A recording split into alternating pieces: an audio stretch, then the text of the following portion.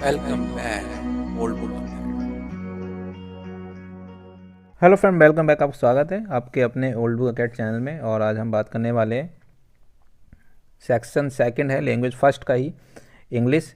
और हमने section first जो लैंग्वेज हिंदी था उसको हमने डिस्कस कर लिया था। किसको? हिंदी को हमने डिस्कस कर लिया था। और अब हम बात करने वाले हैं इंग्लिश को। तो चलिए वीडियो को स्टार्ट करते हैं। अगर आपने वो वीडियो नहीं देखी है तो उसको देख लें। रीट एग्ज़ाम में आपको काफ़ी हेल्पफुल होने वाली है, जो प्राइमरी का आप अगर एग्ज़ाम देने जा रहे हैं उसके लिए। पहला क्वेश्चन आपके सामने है, which question is correct in structure. ठीक है, इट स्ट्रक्चर। तो स्ट्रक्चर में कौन सा करेक्ट है हमें ये बताना है।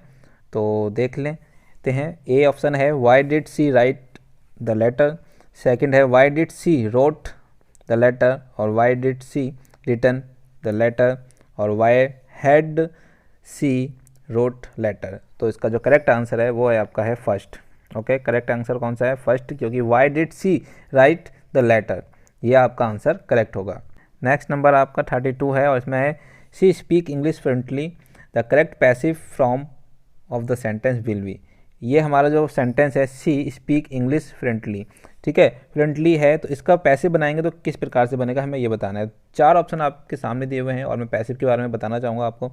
डायरेक्ट आंसर की बात करूँगा। जो 32 का सी है, English is spoken by her fluently, यानी ये कैसा है आपका प्रेजेंट इंडेफिनिट टेंस है।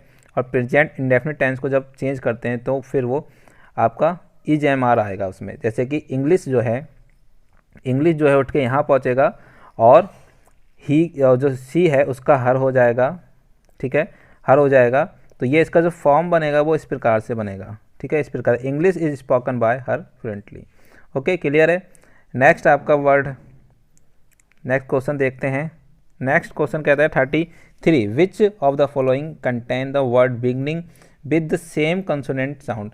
ये पूछ रहा है कि जो ऐसे कौन सा लेटर है जिसमें जो सेम कंसोनेंट साउंड आनी चाहिए। तो हमें वो लेटर की पहचान करनी है, वो वर्ड की पहचान करनी है इसमें से, ठीक है, लेटर ने वर्ड की पहचान करनी है। तो पहला है, पहला जो आपका है शिकागो और कोरस, शिकागो और कोरस। उसके बाद बी है, बी आपका है चेरिश और करिश्मा, ठीक है, चेरिश और करिश्मा। नेक्स्ट आपका है चाइना और क्रोम। और फिर है चेक और चैन। तो अब हमें देखना है कि इसमें कौन सा आपका आंसर रहेगा। तो चारों ऑप्शन में देखेंगे हम कि कंसोनेंट साउंड सेम किस में आ रही है। ओके, 33 का जो है आपका डी, चैन चैन चैन, सॉरी चेक और चैन, चेक चेक और चैन, चेक और चैन, ठीक है, चेक और चैन। क्लियर है, ये आपका आंसर हो गया। इसमें जो है सेम साउंड आ रहा है किसका? कंसोनेंट का। उसके बाद 34 क्वेश्चन है, विच of the following contain the same vowel sound. अभी हमने पढ़ा कि सेम कंसोनेंट साउंड, अब कह रहे हैं same vowel sound. Vowel sound same किस में आ रही है हमें ये पता लगाना है। 34 क्वेश्चन है जिसमें कि हम देख रहे हैं कि हुक, ब्रुक, लुक, ठीक है, और फिर विन, वी, सी, और फिर कैट, वेट, मैट। जैसे एक रिदम में चला कैट, मैट, बैट, फिर लीड, लीक और ब्रेक। तो ये कहीं ना कहीं इसका रिदम टूट जा रहा है। लेकिन कैट, बैट, मैट जो है ये आपका, तो इसमें जो है आपका वोवेल साउंड सेम आ रहा है। क्लियर है, ये आपका सेम है। नेक्स्ट आपका है 35, choose the correct phonetic symbols of the underline sound of the word boy. Boy का फोनेटिक साउंड हमें बताना है कि कौन सा होगा। 35 का जो आंसर है वो आपका है वॉय, वॉय बोलते हैं, वॉय, ठीक है। देखिए क्वेश्चन काफ़ी अच्छा क्वेश्चन है। What is the proper order of language learning. Language learning का प्रॉपर ऑर्डर क्या होता है? तो वो होता है एल, एस, आर और डब्ल्यू, ठीक है। Listening, speaking, reading, writing. तो यहाँ पर देख लेंगे लिसनिंग, स्पीकिंग, रीडिंग, राइटिंग, यह आपका क्या है? प्रॉपर है एक वे कोई भी लैंग्वेज को सीखने का, ठीक है। तो या फिर हम कह सकते हैं कि यह आपका जो है L, S, R, W skill जो है, लैंग्वेज स्किल जो है, ठीक है, वो उसको हम प्रॉपर तरीके किस ऑर्डर में लेते हैं तो वो इसी ऑर्डर में ली जाती है, ठीक है, सिक्वेंशली ऑर्डर में ली जाती है। और एक चीज़ और है, ये साइकोलॉजिकल भी प्रूव्ड है कि इसी प्रकार से दी जाती है। तो इसका जो क्रम है वो इस प्रकार से होगा। तो हमें ऑर्डर की बात की गई है, तो हमने पहला इसका आंसर हो जाएगा आपका कितना है? 36 का ए, ठीक है, 36 का ए है। लिसनिंग, स्पीकिंग, रीडिंग, राइटिंग, ये आपका प्रॉपर तरीके से हो जाएगा। नेक्स्ट आपका है 37।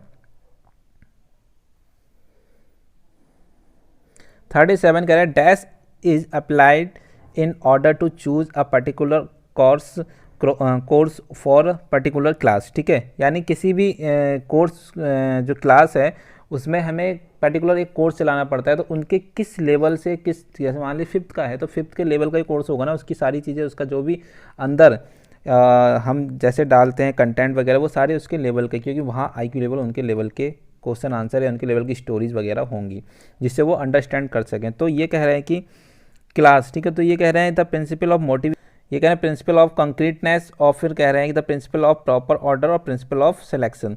तो हमें 37 में देखना था कौन सा ठीक रहेगा, तो हमें कहना है principle of selection. Principle of selection is applied in order to choose a particular course for a particular class, यानी पर्टिकुलर क्लास के लिए जो पर्टिकुलर हम कोर्स यूज़ करते हैं वो किस पे सिलेक्शन बेस्ड होता है। ठीक है, यानी बच्चों के अकॉर्डिंग सिलेक्शन करना है उसके, ये ऐसा कोई कि आप हाई क्लास का और छोटी क्लास में डाल देंगे, नहीं, इसीलिए सिलेक्शन वाला आंसर होगा।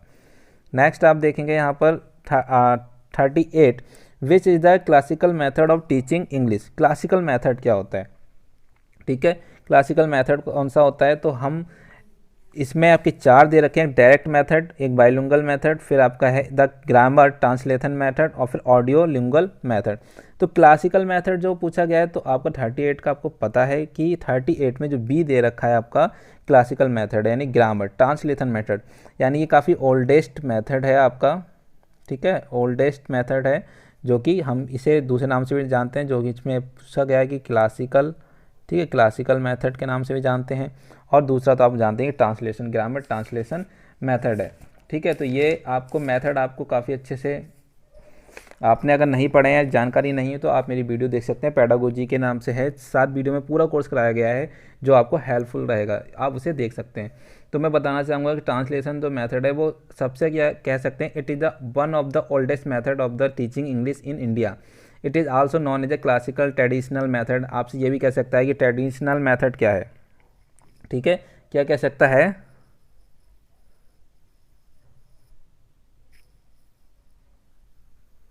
Traditional method. ट्रेडिशनल मेथड देखो कितने नाम बता दिए, क्लासिकल मेथड इन्होंने पूछ रखा है, ठीक है, और ओल्डेस्ट मैंने बता दिया, ट्रेडिशनल मैंने बता दिया, ये सारे मेथड किसके नाम है, ग्रामर ट्रांसलेशन मेथड के नाम है। तो ये बात आपको क्लियर हो गई है। इसमें क्या होता है, इसमें एक चीज़ और है कि मदर टंग का बहुत यूज़ किया जाता है। किसका, मदर टंग का बहुत यूज़ किया जाता है, और जो आपका स्पीकिंग है उस पर बिल्कुल निगलेशन रहता है या निगलेक्ट किया जाता है, उसको स्पीकिंग ज़्यादा जोर नहीं दिया जाता स्पीकिंग पे, लेकिन ओनली उसकी ग्रामर, रूल, रेगुलेशन ये काफ़ी अच्छे से उसको आते हैं। तो यहाँ पर बात क्लियर हो गई। एक्स्ट्रा भी मैं आपको इसमें बता रहा हूँ जो आपके लिए हेल्पफुल रहेगा। उसके बाद आपका है 39 कह रहे हैं हु डेवलप बाइलिंगुअल मेथड। अब हु डेवलप बाइलिंगुअल मेथड, तो बाइलिंगुअल मेथड जो है इसके नाम से कुछ ऐसा समझ में आ रहा है कि इसमें बाइलिंगुअल चीज़ चल रही है, यानी कम से कम 2 चीज़ें साथ में चल रही हैं। तो 39 जो है इसका आंसर है बी, और बी यानी प्रोफेसर CG डॉटसन, ठीक है, इन्होंने दिया है। अब इसके बारे में थोड़ा एडिशनल हम बात कर लेते हैं जो आपका दे रखा है बाइलिंगुअल मेथड। ठीक है, बाइलिंगुअल मेथड जो है डेवलप किया है वो आपका क्या है, CJ, और जो दे रखा है डॉटसन ने दिया है। और कितने में दिया था, ये दिया था 1960 में। ठीक है, बाई चांस कभी पूछ सकता है आपसे किस सन में या किस इसका कितने सन में आपको दिया था इन्होंने, तो 1960 में दिया था। और ये वेरी वेरी इंपॉर्टेंट है जो कि आपके एग्जाम में आया हुआ है, तो आपको पता है कि बहुत ज़्यादा इंपॉर्टेंट है और दोबारा भी पूछा जा सकता है। और दूसरी बात है the help of mother language is also taken here along with target language. ठीक है, इसमें मदर टंग को साथ में लेकर चलते हैं और टारगेट लैंग्वेज को सिखाने के लिए। Childrens are not allowed to use mother tongue. इसमें क्या रहता है, चिल्ड्रन जो हैं आपके, चिल्ड्रन जो हैं, ठीक है, उनको क्या करते हैं, चिल्ड्रन आर नॉट अलाउड, ठीक है, उनको नॉट अलाउ होता है, मतलब क्या चीज़ अलाउ नहीं होता है, वो यूज़ नहीं कर सकते मदर टंग का। बट टीचर एज ए क्या कहते हैं उसको, व्हेन नीड, यानी जहाँ उसको ज़रूरत होगी समझाने के लिए बच्चों को, तो वो हिंदी का यूज़ कर सकता है। ठीक है, कौन यूज़ कर सकता है हिंदी का, टीचर यूज़ कर सकता है हिंदी का, जो उसको समझाने के लिए बच्चों को ज़रूरत पड़ेगी जहाँ पर, जिससे बच्चे अच्छे से समझ सकें। फिर इसे हम एक चीज़ और वो ध्यान रखें, इसे हम क्या बोलते हैं, इसे हमने एक दूसरा नाम भी है इसको, हम जो बोलते हैं सैंडविच मेथड यानी सैंडविच टेक्निक भी बोलते हैं। सैंडविच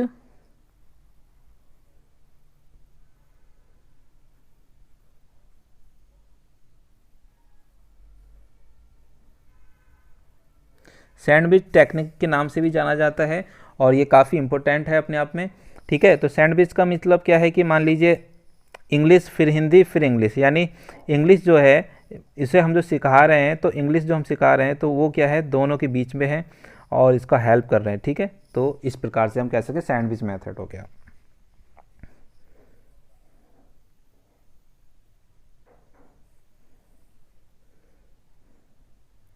उसके बाद है 40 number, in which approach does the teacher introduce the new word incidentally in class, ठीक है, इन द क्लास।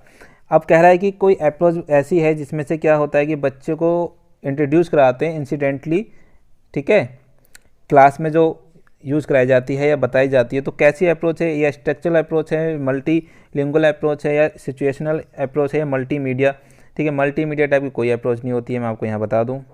मल्टीलिंगुअल, देखो स्ट्रक्चर अप्रोच और सिचुएशनल अप्रोच, इन दो के बारे में बात करेंगे, जिसमें से हमारा जो आंसर होगा 40 का, पहले हम वो देख लेते हैं, सी होगा, ठीक है, सिचुएशनल। अब सिचुएशनल क्या होता है कि देखिए सिचुएशनल मैं बता दूं आपको किस टाइप की होती है।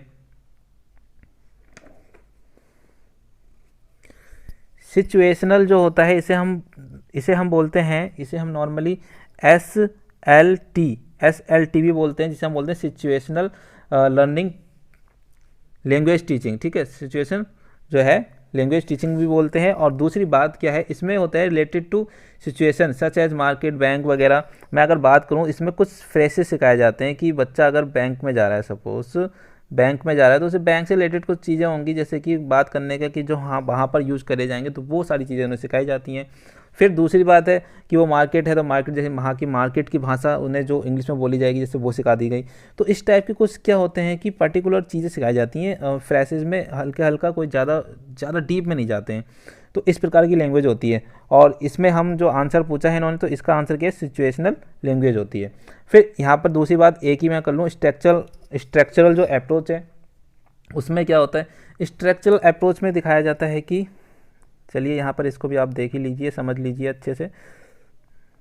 जो स्ट्रक्चरल अप्रोच है, स्ट्रक्चरल, इसमें क्या होता है, alternative to direct method technique use की जाती है। दैट मीन कि scientific selection and grading of structural pattern of the sentence vocabulary, ठीक है। मतलब मैं बात करूँ तो SWO यानी सब्जेक्ट वर्ब ऑब्जेक्ट, ये सारी चीज़ें सिखाई जाती हैं उसको, ओके। ये सारी चीज़ें उसको क्या करी जाती हैं, सिखाई जाती हैं, जिससे कि वो एक प्रकार से स्ट्रक्चर को वो रट लेता है और वो उसको यूज़ करने लगता है। जैसे अगर हम डायरेक्ट मेथड में क्या होता है, बच्चे आजकल डायरेक्ट मेथड के द्वारा इंग्लिश सीख रहे हैं, या हमारे भारत में बहुत चल रहा है, उसमें हिंदी पे जोर नहीं जाता, उसने डायरेक्ट इंग्लिश में फोकस किया जाता है। वो इंग्लिश बोलते हैं, और इंग्लिश जब बोलते हैं तो हल्के हल्के वो करेक्ट सीखते चले जाते हैं, क्योंकि पैटर्न उन्हें पता लग जाता है कि भाई राम मतलब आई एम गोइंग, मैं जाऊँगा, तो आई एम गोइंग बोलेंगे, तो आई एम गोइंग बोलेंगे, तो जाहिर सी बात है वो हल्के हल्के रट लेते हैं, मतलब उन्हें समझ में आ जाती है वो चीज़ें, उनको बिहेवियर में उनको उतर जाती हैं। तो इसका आंसर आपको पता लग गया है कि इसका आंसर सी है। और इसमें काफ़ी मैं डिस्कस भी कर रहा हूँ, तो वो आपको काफ़ी हेल्प भी करेगा। 41 देख लीजिए, what is the purpose of writing at elementary level. तो राइटिंग का एलिमेंट्री लेवल क्या पर्पस है, develop of motor skill, discrimination of the word, फिर है टेकिंग नोट्स, या कन्वर्जेशन है, ठीक है, कन्वर्जेशन है, क्या मतलब है इसका, हमें ये बताना है। तो जो 41 है, 41 का आंसर जो है ए है। हम क्या कर रहे हैं, मोटर स्किल को डेवलप कर रहे हैं। जब बच्चा लिखेगा, राइटिंग करेगा, तो उसकी मोटर स्किल डेवलप हो रही है, ठीक है, क्या हो रही है, मोटर स्किल डेवलप हो रही है। नेक्स्ट आपको 42 है कि which technique of reading is use to book of specific piece of information. देखिए स्पेसिफिक पीस ऑफ इन्फॉर्मेशन के बारे में आपको मेरा जो मैंने अभी लेक्चर के बारे में बताया कि 7 वीडियो में जो पूरा लेक्चर कंप्लीट है वो आप देख लीजिए, तो ये सारी चीज़ें आपकी सॉल्व हो जाएंगी। जो हम किसी भी पर्टिकुलर स्पेसिफिक या पीस ऑफ नॉलेज या इन्फॉर्मेशन को बात करते हैं, तो वहाँ पर हम क्या करते हैं, क्या करेंगे, एक इंटेंसिव रीडिंग करते हैं। और इंटेंसिव रीडिंग का जो पार्ट होता है वो मैं आपको बता दूं, यहाँ 42 का हम देख रहे हैं, और वो डी यानी स्कैनिंग करते हैं, ठीक है, स्कैनिंग करते हैं उस समय में जब हम किसी भी स्पेसिफिक पीस ऑफ इंफॉर्मेशन की बात कर रहे हो। कि स्किमिंग और स्किमिंग और स्कैनिंग। स्कैनिंग दो दो वर्ड हैं। जो हमारा स्किमिंग है वो हमारा क्या है, एक्सटेंसिव रीडिंग से है, एक्सटेंसिव रीडिंग। ठीक है, एक्सटेंसिव रीडिंग का मतलब होता है प्लेजर के लिए पढ़ रहे हैं आप, अपने खुशी, अपने एक कोई भी कहानी, नुक्कड़, कोई भी एक चीज़, स्टोरी वगैरह, नॉवल वगैरह हो सकती है जो आप इसलिए पढ़ते हैं। और ये जो होती है आउट ऑफ द क्लास होती है। ठीक है, आउट ऑफ द क्लासरूम,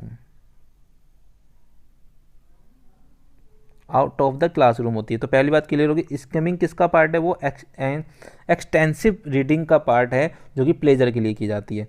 चलिए अब दूसरी बात मैं कर रहा हूँ यहाँ पर, दूसरी बात कर रहा हूँ कि स्किमिंग, स्किमिंग क्या है, स्किमिंग जो है वो आपका है इंटेंसिव रीडिंग का। ठीक है, इंटेंसिव, इंटेंसिव रीडिंग का पार्ट है। इंटेंसिव रीडिंग दैट मीन कि यहाँ पर आप क्या करते हैं, स्पेसिफिक नॉलेज के लिए या इन्फॉर्मेशन के लिए पढ़ते हैं। ठीक है, स्पेसिफिक जो है इंफॉर्मेशन,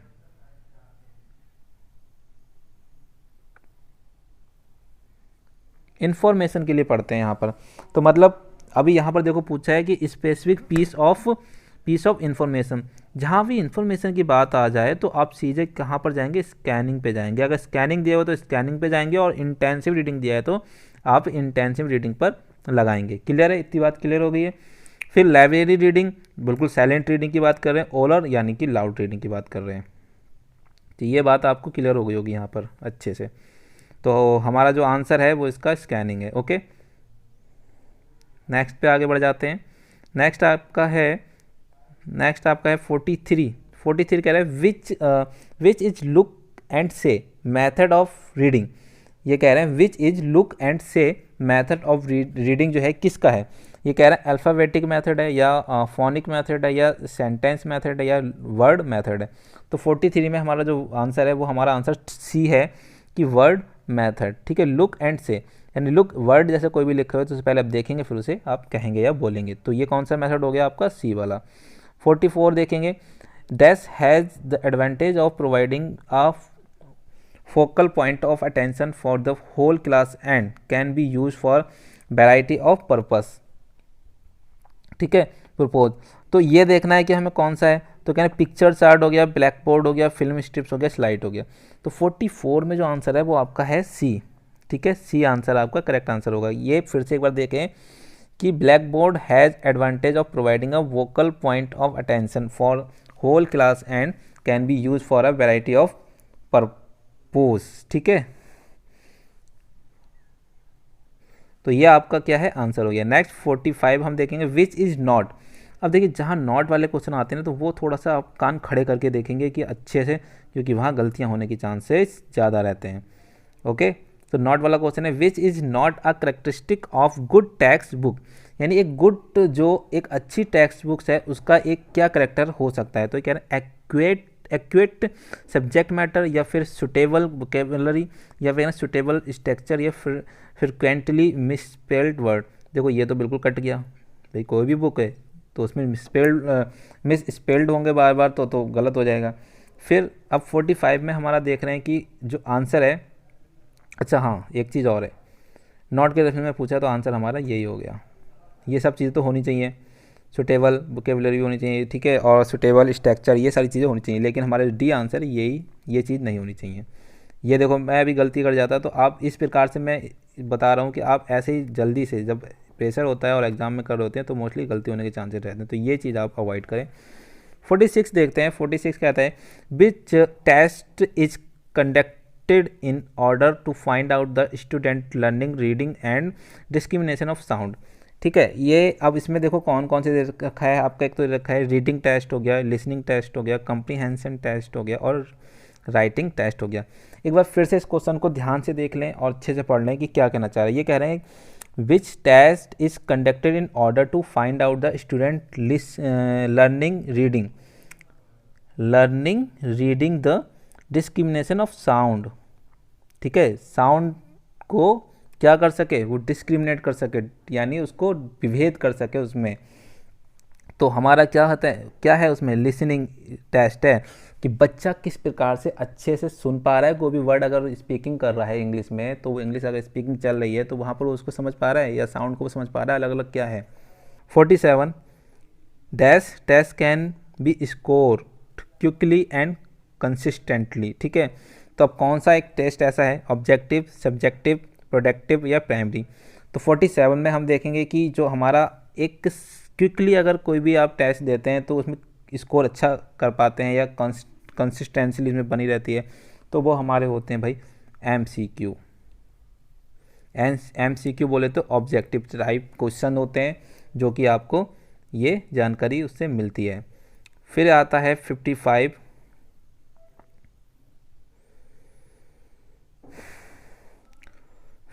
है find out the word from the text which mean an event for public entertainment and trades. ठीक है, shop, toy, fair, merry go round. तो इनमें से कौन सा हमारा सटीक आंसर होगा ये हमें बताना है। 55 का जो है, एक सेकेंड,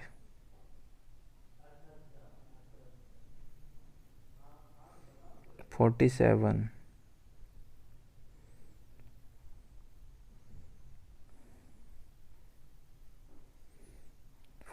के बाद बच्चों थोड़ा सा इसमें से कुछ क्वेश्चंस गायब हैं PDF से, सो हम ये वाला देखें। 55 देखेंगे आप सीधे हम।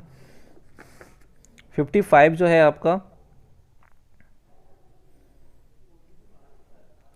55 क्वेश्चन जो है इसको हम देख रहे हैं। Find out the word from the text which means an event for the public entertainment and trades.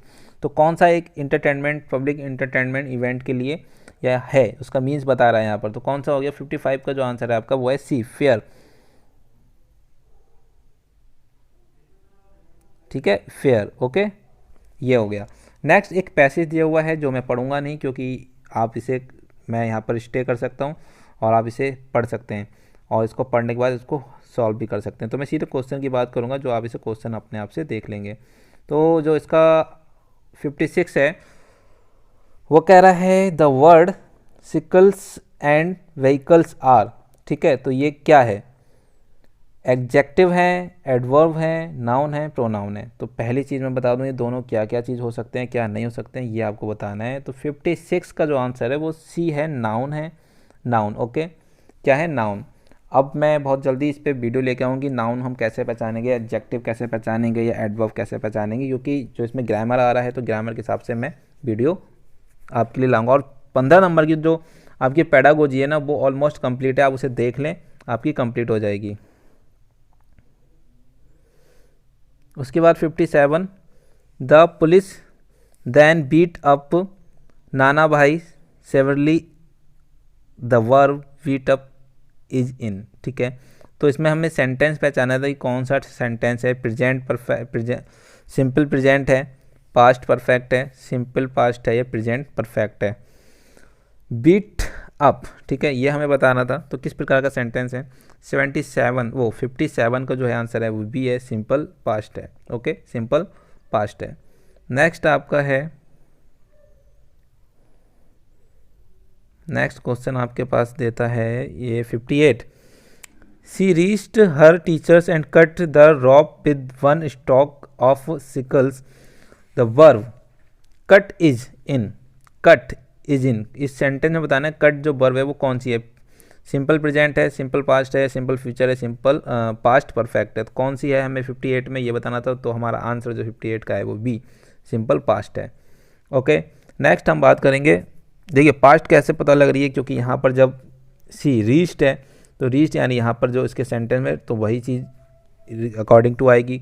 59 में देखेंगे विच of the following has the 3 degree of adjective in their correct form. कौन सा होगा ये बताना है हमें।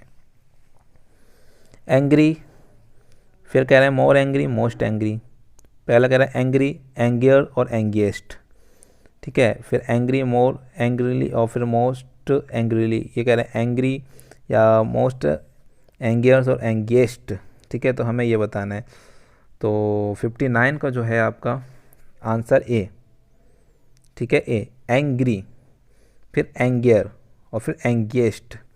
देखिए जहाँ पर मैं एक चीज़ बता दूँ आपको, जहाँ पर अगर बाई कहीं पर होता है तो उसको हटा के हम आई, ठीक है, क्या जोड़ देते हैं, आई। ठीक है, एंग्री। ठीक है, जैसे अब यहाँ पर था एंग्री, एंग्री था, तो यहाँ पर बाई ये हटा तो यहाँ पर जुड़ जाएगा एंग्री। ये आपका क्या हो गया, ये आपका कैसे, ये सिंपल हो गया। ये फिर आपका डिग्री हमारी की सुपरलेटिव होती है, एक कंपरेटिव होती है, एक सिंपल होती है। तो ये क्या आपकी सिंपल हो गई, पॉजिटिव हो गई सॉरी, और ये आपकी कैसे होगी मैंने अभी बताया, कंपरेटिव, और ये सुपरलेटिव, और नेक्स्ट ES जोड़ देते हैं तो वो एंगेज्ड हो गया। ठीक है, तो ये आपका आंसर हो गया। ये रूल्स होते हैं जो आपको मिलेंगे थोड़े दिनों में।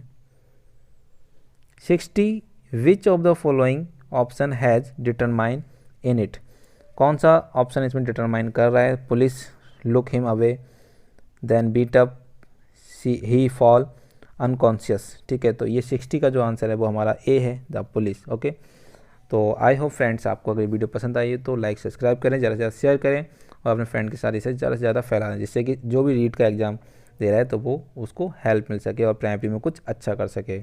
Thank you for watching my channel and please like, subscribe and share.